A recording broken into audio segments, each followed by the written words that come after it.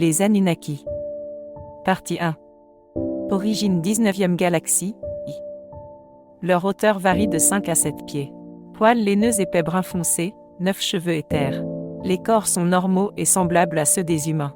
Saviez-vous que les Anunnaki sont une race suprême d'êtres dont le nom d'inné en langue cunéiforme a été donné au peuple suprême?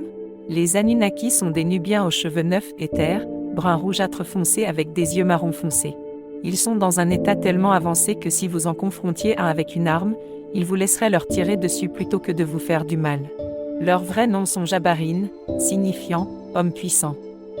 C'étaient les « dieux » qui étaient un pluriel d'Elohim, dont il est question dans le livre de Genèse 1.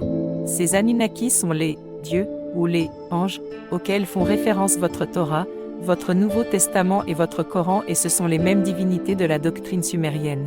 Ce sont les êtres dont vous avez été procréés à l'image et à la ressemblance à partir d'un processus qui a duré 600 ans. L'élevage comporte 3 parties, à quoi vous ressemblez, votre santé et votre stabilité mentale.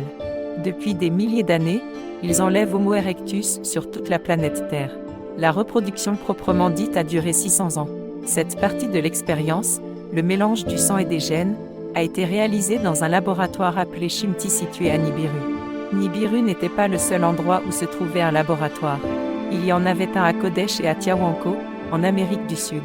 Il a fallu encore 100 ans après la procréation pour éduquer et civiliser cet être nouvellement façonné appelé Homo sapiens.